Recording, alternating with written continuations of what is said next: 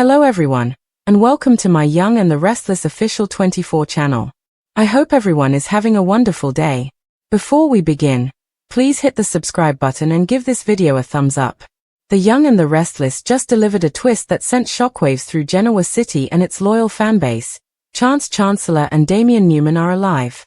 After weeks of mourning, betrayal, chaos, and emotional wreckage, the stunning revelation has turned the entire narrative on its head. But as the news of their survival breaks shattering assumptions and long-held suspicions, one burning question rises from the ashes of disbelief. Who is the mysterious doctor who saved them? This seismic twist begins in the darkest corners of South America, where presumed dead Chance, last seen in a fiery explosion orchestrated by a Black Ops traitor, is discovered to have been pulled from the rubble by a rogue trauma specialist known only as Dr. V. Simultaneously, Damian, long thought to have died in the same covert strike that implicated Kane Ashby in a tangled web of misdirection and potential murder, was revealed to have been stabilized and hidden in a private underground facility in Panama. The common thread? This elusive, enigmatic doctor, whose true motivations remain clouded in secrecy and who, for reasons yet to be fully uncovered, decided to intervene at the last moment, altering the course of multiple lives. As the screen faded to black in the Monday cliffhanger episode, the viewers were stunned when an unseen figure in surgical scrubs walked into a dimly lit recovery room and murmured, "They weren't meant to die. Not yet." The camera panned slowly to reveal both Damian and Chance, connected to fours, bruised but breathing. The shock wasn't just in their survival, it was in the orchestration of their fake deaths and the fact that both men, with wildly different affiliations and enemies, were saved by the same figure. Fans quickly began speculating online. Who is Dr. V? What does he want? And why did he go to such extraordinary lengths to save two men with dangerous ties to Victor Newman, Kane Ashby, and the criminal underworld? The show, as always, fed the intrigue with layered flashbacks showing Dr. V receiving encrypted messages, one of them directly signed with the initials AN, setting off rumors that Adam Newman may somehow be involved. Meanwhile, back in Genoa City, Lily Winters, still grieving and struggling to hold onto the company and her sanity, receives an anonymous package containing two photos, one of Damian with a pulse monitor, time-stamped 3 days after his death, and one of Chance, bandaged, with a note clipped that reads, "Not gone. Not forgotten." Victor Newman is immediately suspicious. He has known too many miracle returns in his time, but this development threatens to undo his carefully spun web of alliances and secrets. If Damian lives, then so do the secrets he was going to expose, namely, Victor's clandestine operations involving offshore accounts and the funding of Carter's dark psychological experiments. And if Chance is still alive, it resurrects not only a potential threat to Victor's influence at the GCPD but also a painful chapter involving Abby Newman, who had barely begun to move on. Phyllis Summers, naturally, is among the first to dig into the mysterious Dr. V, tracking bank records and reaching out to an old hacker contact in Prague. What she uncovers is jaw-dropping. Dr. V isn't listed in any U.S. medical database, but several international health forums reference an anonymous surgeon who revives the untouchables, someone with a code of ethics deeply personal and likely forged in trauma. This doctor of ghosts is said to operate on the edge of legality, frequently working with covert agencies, former intelligence officers, and even criminals in desperate need of redemption or erasure. As Phyllis dives deeper, she finds one more clue. Dr. V may not be a man at all. One unverified record from an Argentinian hospital lists a female doctor named Dr. Veronica Valles, a trauma specialist expelled from the U.S. medical system following a botched military surgery in Kabul that killed a congressman's son. Since then, she's disappeared from public view. Could Veronica be the ghost doctor? And if so, did she save Damian and Chance because of ties to the Newman family or to Kane? That's where things get even more complicated. In a parallel arc, Kane Ashby, still locked in a vicious battle of reputation and control, begins receiving encrypted texts from an unknown sender. "I know what you did to Damian. He's alive. And he remembers everything." At first, Kane assumes it's a bluff, another power move by Victor or even Billy, but when the messages include coordinates that lead him to a secluded airfield with burnt-out wreckage and signs of a medical extraction, his world begins to unravel. Meanwhile, Damian, now conscious but weak, begins to speak. His first words, "Tell Lily, he lied." Who lied? Victor? Kane? Or someone even closer? When pressed by Dr. V still in shadows, voice digitally distorted Damian begins revealing fragments of memory.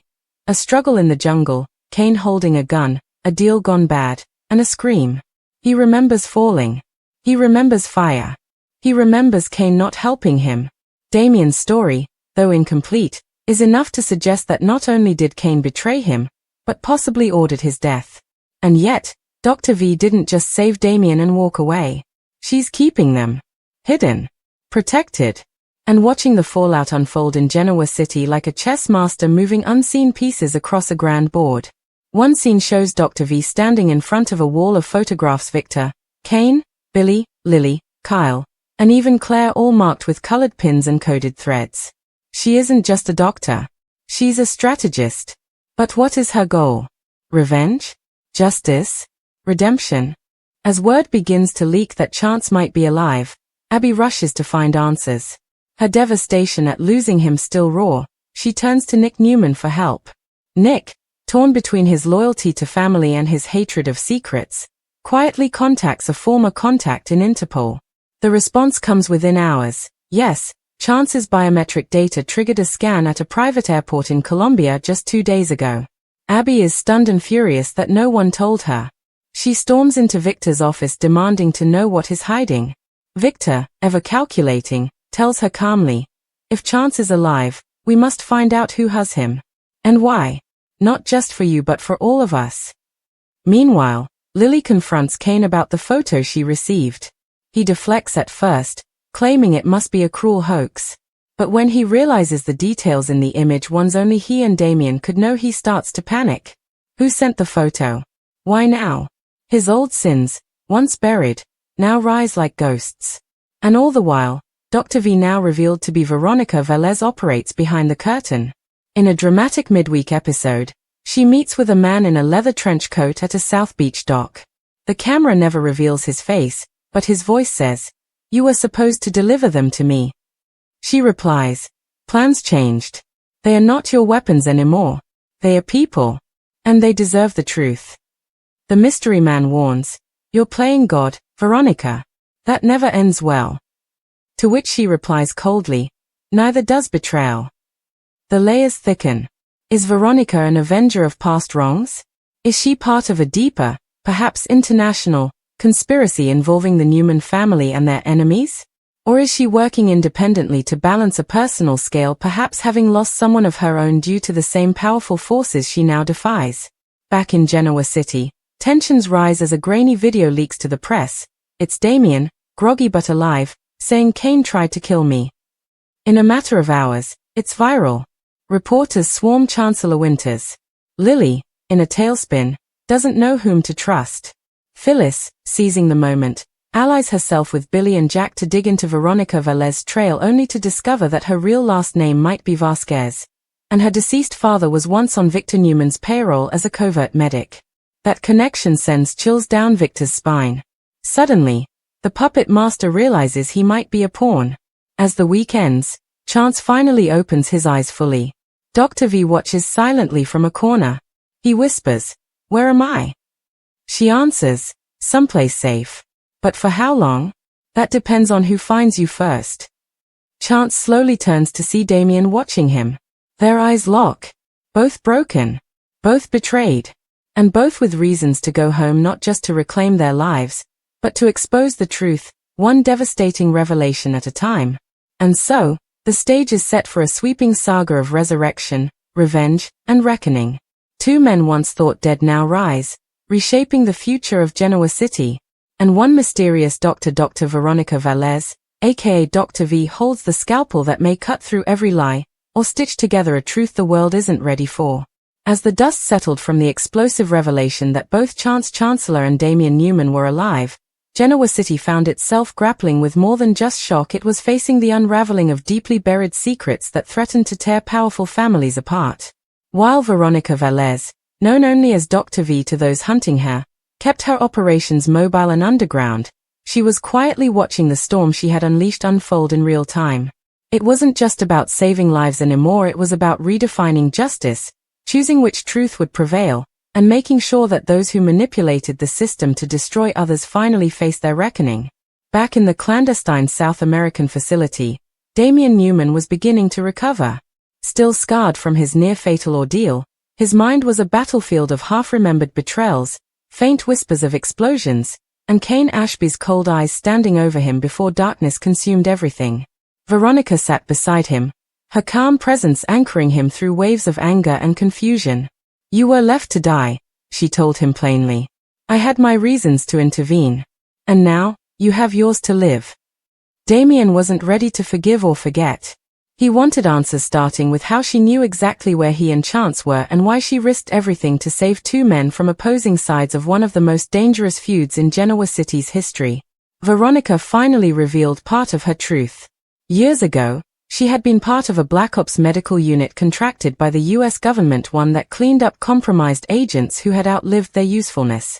She'd watched too many good people thrown away by the same kind of high-powered men who now sat in Genoa City boardrooms.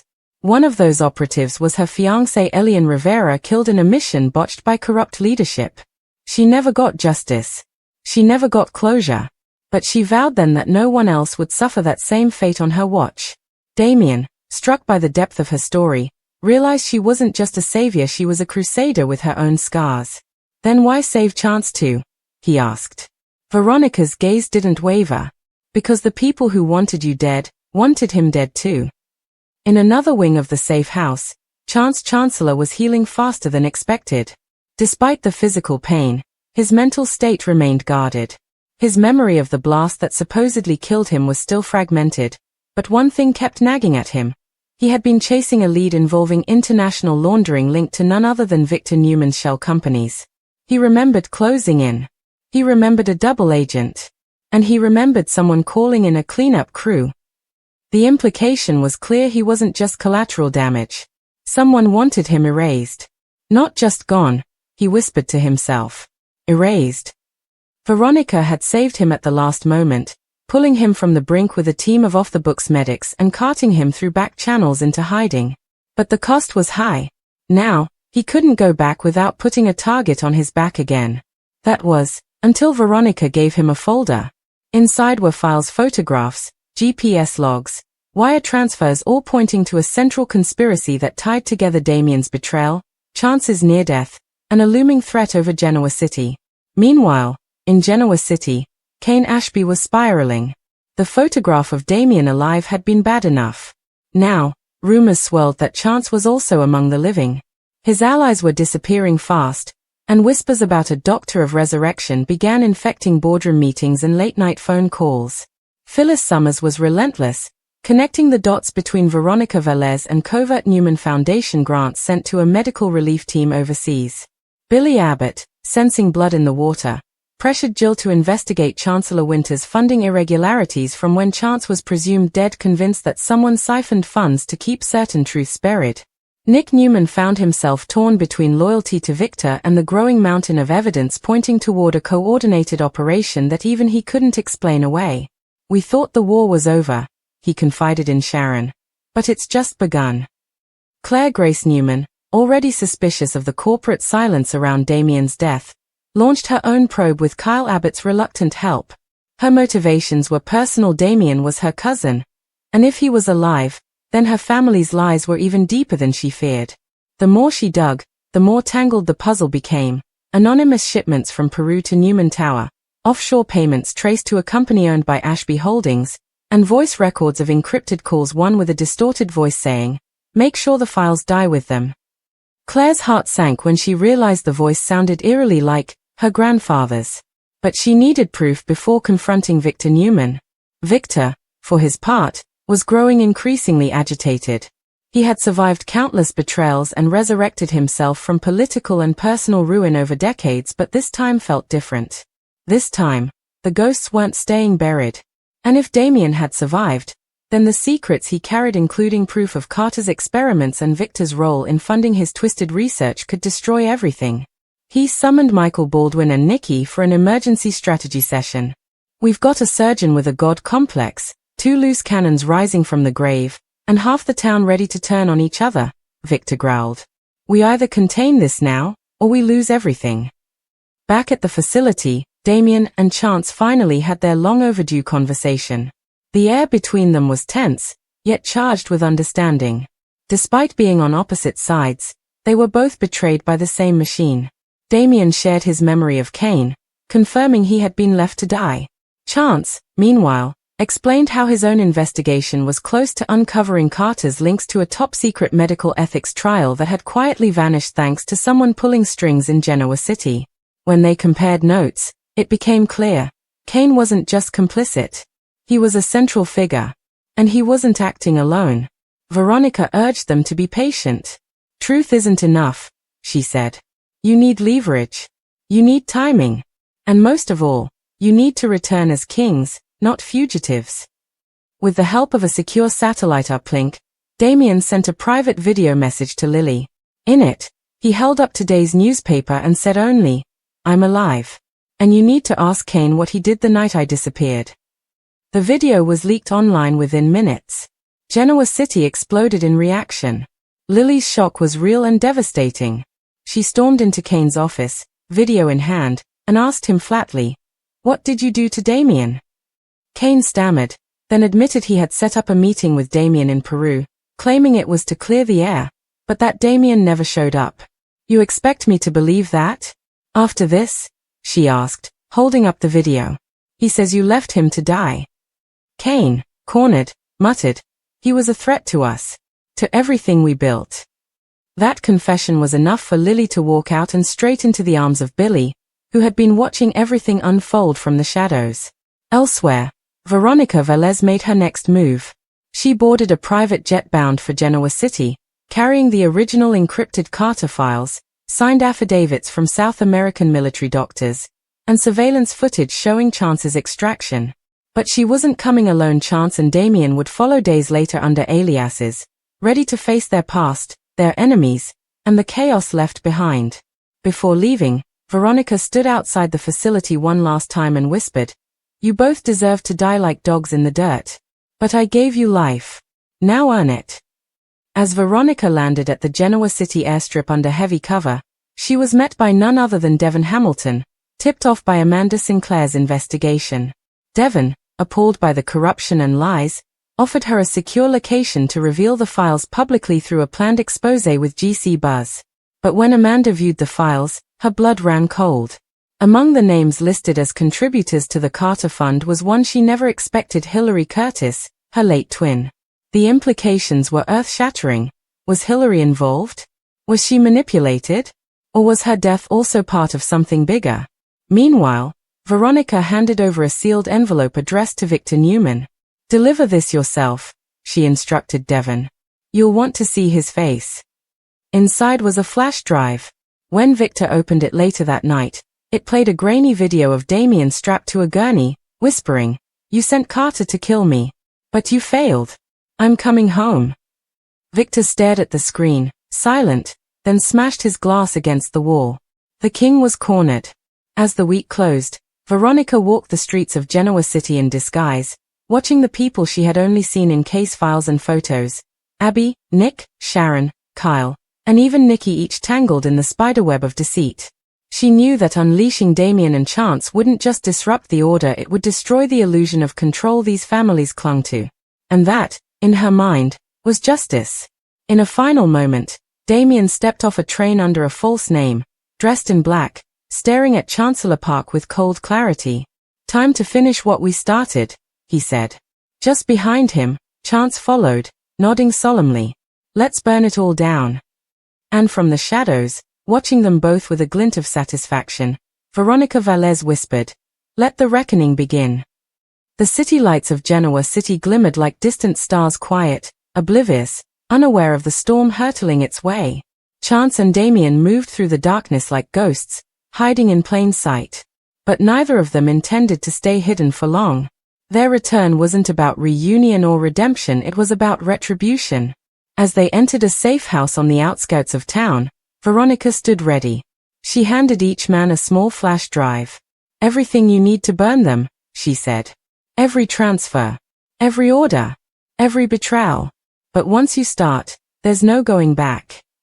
Inside the files were damning documents, proof of Victor Newman's financial involvement in Carter's illegal mind-altering treatments, invoices to Ashby Holdings for covert surveillance on Damian, and medical records showing Chance was denied rescue even though command knew he was alive. The conspiracy reached further than they imagined, touching not just corporate leaders, but hospital boards, legal departments, even former federal agents. The time had come to expose it all. Meanwhile, in the Chancellor Winter's boardroom, a war was breaking out.